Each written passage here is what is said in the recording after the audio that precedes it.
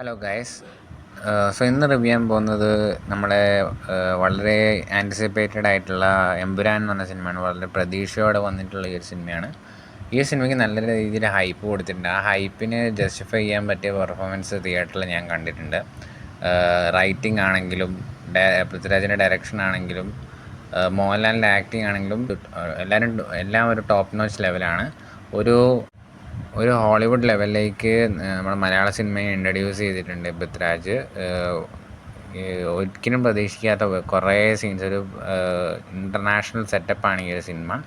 പിന്നെ അതേസമയം ഒരു പൊളിറ്റിക്കൽ സൈഡും ഈ ഒരു സിനിമയിൽ കാണിക്കുന്നത്, ഭാവിയിൽ ഉണ്ടാകാൻ പോകുന്ന ഒരു പൊളിറ്റിക്കൽ സൈഡും.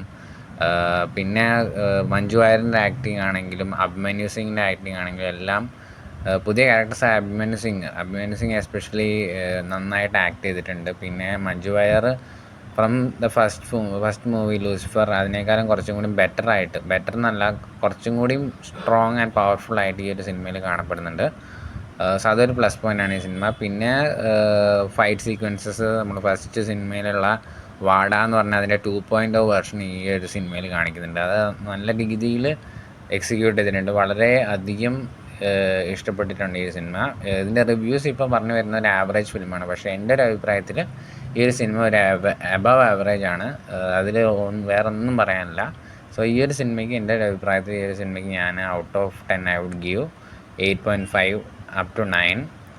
സോ അടുത്തൊരു വീഡിയോ ആയിട്ട് വരുന്നതായിരിക്കും. Bye from the after show critic. Thank U.